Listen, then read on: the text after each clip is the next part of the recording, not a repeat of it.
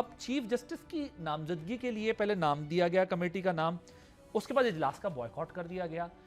ये मतलब ज़ाहिर है आप कुछ तो सियासत में आप बुर्दबारी दिखाते हैं ना, कुछ आप इख्तिलाफ करें तो खुल के करें, हिमायत करें तो कर दें, बीच का भी कोई रास्ता निकालना है तो ये तो नहीं हो सकता नाश्ते पे ये राय थी, खाने पे डिनर पे दूसरी राय। ये क्या है मतलब इसका क्या how do you interpret this? I think this is just continuation of blunders and continuation of I think जो एक सिख पॉलिटिक्स चल रही है उसकी। सलमान और हामिद खान साहब जो हैं मेरा ख्याल है उनको ये था कि हमें कमेटी में होना चाहिए था या हमसे पूछ के नाम देने चाहिए थे। कमेटी में नाम अली जफर का, गौहर का और हामिद रजा का चला गया, तो उसके ऊपर उन्होंने फटा डाल दिया कि जी आपने हमारे नाम क्यों नहीं भेजे या हमसे क्यों नहीं कंसल्ट किया। Patty politics. सो ये चल रहा है इशू। बाकी तो जाहिर है कि कोई इतना बड़ा प्रॉब्लम जो है अब होना नहीं चाहिए।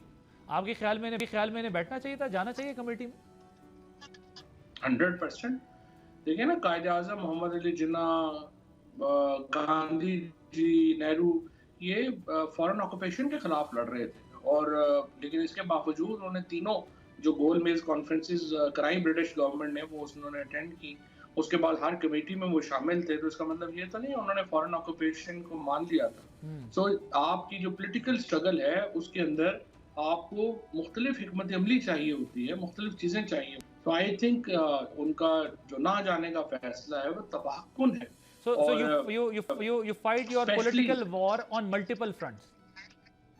you fight your political on multiple fronts और फिर डिफरेंट जो सबसे बड़ी देखे ना, अब आपने अपने भरम ही खत्म कर दिया। सुबह उठते हैं कहते हैं नहीं शाम को नेशनल वो एहतजाज हो जाएगा, सारे लोग पहुंच जाए। अब लोगों ने आना ही छोड़ दिया, वो शेर आया वाली बात करके। तो अब तो आपने अपना भरम ही खत्म कर दिया है, परसेप्शन खत्म कर दिया। फिर देखिए अलायंस आप नहीं बना पाए।